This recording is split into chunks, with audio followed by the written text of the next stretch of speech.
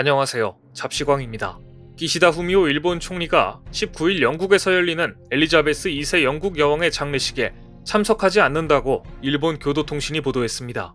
영국으로부터 국가 원수 등 2명만이 참석할 수 있는 초청장을 받았는데 일왕과 왕비가 참석하는 쪽으로 정리됐기 때문입니다.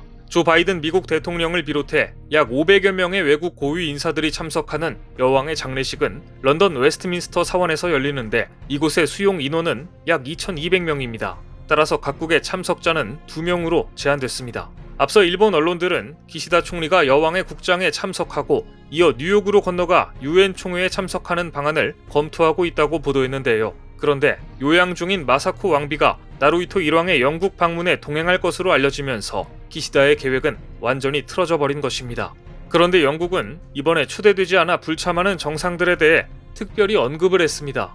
러시아, 벨라루스, 미얀마 군부 지도자 3명의 정상은 초대조차 하지 않았다고 밝힌 것입니다.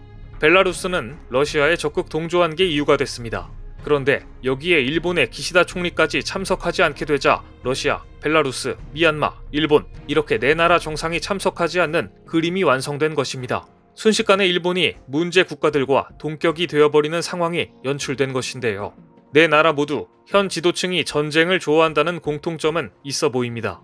또한 문제 국가를 제외한 각국의 모든 정상들이 참석하는데 일본만 일왕이 참석하는 것도 멋쩍은 모양새가 되어버렸습니다.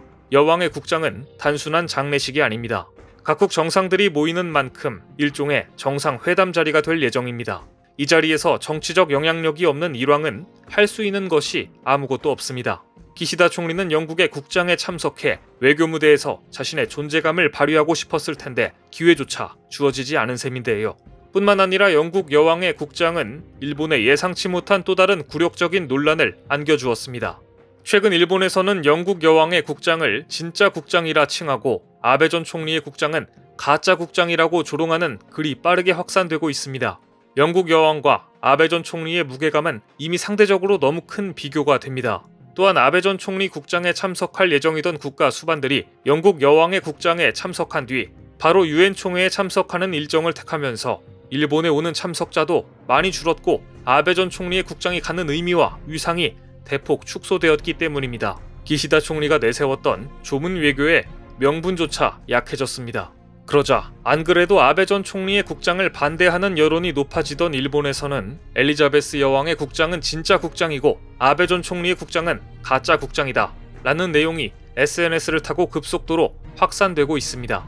누군가의 죽음과 이를 추모하는 장례식을 두고 경중을 논할 수는 없지만 국가 정상들이 모이는 만큼 외교적인 경중은 분명 존재할 수밖에 없습니다. 결국 아베 전 총리의 국장에는 미국 해리스 부통령과 캐나다 트리도 총리 등 5명의 정상급 인사들만 참석하게 되었습니다. 트럼프 전 대통령과 메르켈 전 독일 총리도 불참 의사를 전했습니다. 이런 국장을 위해 쓰이는 세금이 자그마치 162억 원이라는 사실이 알려지면서 일본에서는 아베의 국장을 반대하는 여론이 절반을 넘겼습니다.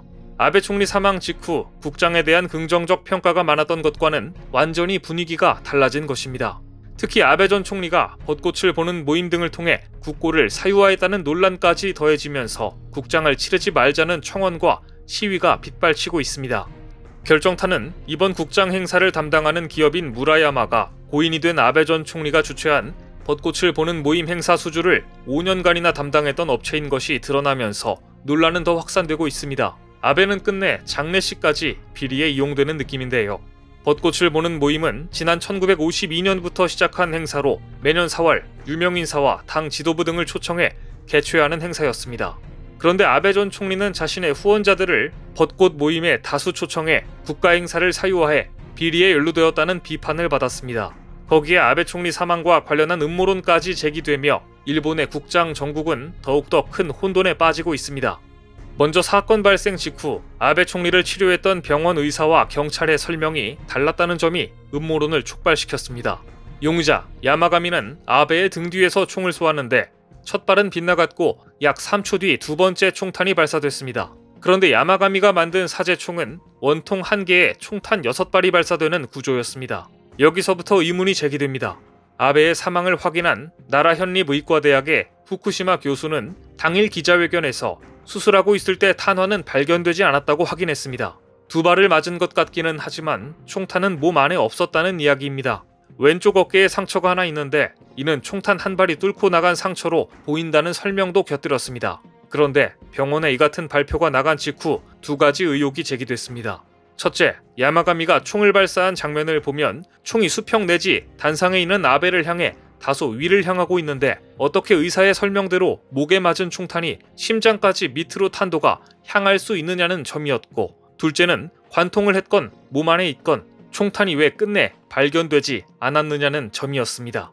의혹이 제기되자 사건 다음 날 희한한 일이 벌어집니다. 병원 측의 설명이 경찰에 의해 뒤집어진 것입니다. 경찰이 해부를 해보니 목과 왼쪽 어깨에 총탄이 명중한 흔적이 있으며 왼쪽 어깨로 들어간 총탄이 좌우 쇄골 하동맥을 손상시켜 과다 출혈을 일으켰다. 병원 측이 설명했던 또 하나의 목 주변 상처는 총탄에 의한 것인지 모르겠다는 애매한 설명을 내놓은 것입니다.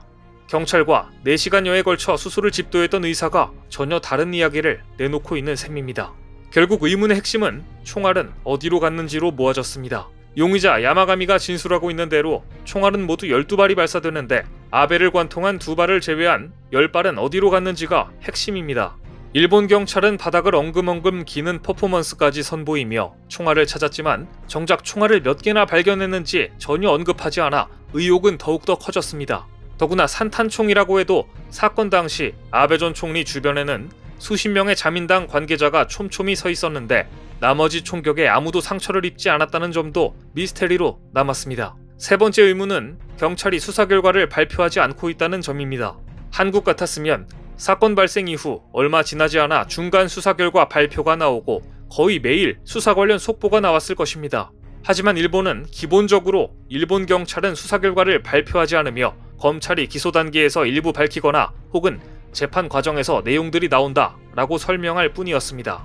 그러다 보니 일본 TV 등 언론에서는 야마가미가 어떻게 간단히 사제총을 만들 수 있었는지, 사제총의 성능은 어땠는지 등 사건의 본질보다는 용의자의 모친이 특정 종교에 거액의 헌금을 해 가정이 파탄났고 그것이 범행의 동기라는 점에 초점을 맞추어 각종 의혹을 확대 재생산하고 있습니다. 명쾌한 설명이 없다 보니 1963년 존 F 케네디 미국 대통령 암살 사건을 둘러싼 음모론과 비슷한 맥락의 음모론까지 나왔습니다. 대표적인 음모론은 사건이 있었던 야마토 사이다이 지역 근처 건물의 옥상에 저격수용 은신처가 있었다는 주장입니다. 일본의 쉐어뉴스 재팬이란 사이트는 지난달 16일 당시 일본 방송사들이 헬기에서 촬영한 영상을 보면 피격 직후 건물 옥상 위에 흰색 물체가 있었는데 3시간 뒤 사라졌다고 주장하면서 이 은신처에 야마가미가 아닌 진범이 있었다고 주장합니다. 전문 저격수가 은신처에 숨어 있다가 발사했다는 것입니다. 다만 추후 일본 언론들이 이 건물을 관리하는 부동산 회사에 확인한 결과 흰색 물체는 당시 옥상에서 송풍구 청소 및 점검 작업을 위해 친 텐트였고 작업 당시 부동산 관리회사 직원도 함께 있었다라는 증언을 받아냈습니다. 하지만 그럼에도 무언가 석연치 않은 것은 분명한 사실입니다. 그런데 의심스러운 대목은 여전히 존재합니다. 아베 전 총리에 대한 총격 5분 전에 아베에 대한 경호원들의 후방 경계가 완전히 풀렸다는 사실이 뒤늦게 드러난 것입니다. 사고 당시의 영상을 보면 아베가 연설을 하기 위해 등단하기 바로 직전에 가드레일 밖에서 후방을 경계하던 경호원이 갑자기 다른 경호원의 지시로 가드레일 안으로 들어가 경계 방향을 바꿉니다. 이때부터 후방 경계에 공백이 생긴 것입니다.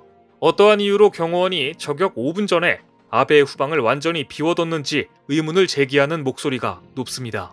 이처럼 아베 전 총리 저격에 대한 의문점과 그가 과연 국장을 치를 만한 정치인이었나에 대한 논란이 계속되면서 이 사건은 영화화되기에 이릅니다. 문제는 암살 용의자 야마가미의 삶을 집중 조명한다는 것입니다.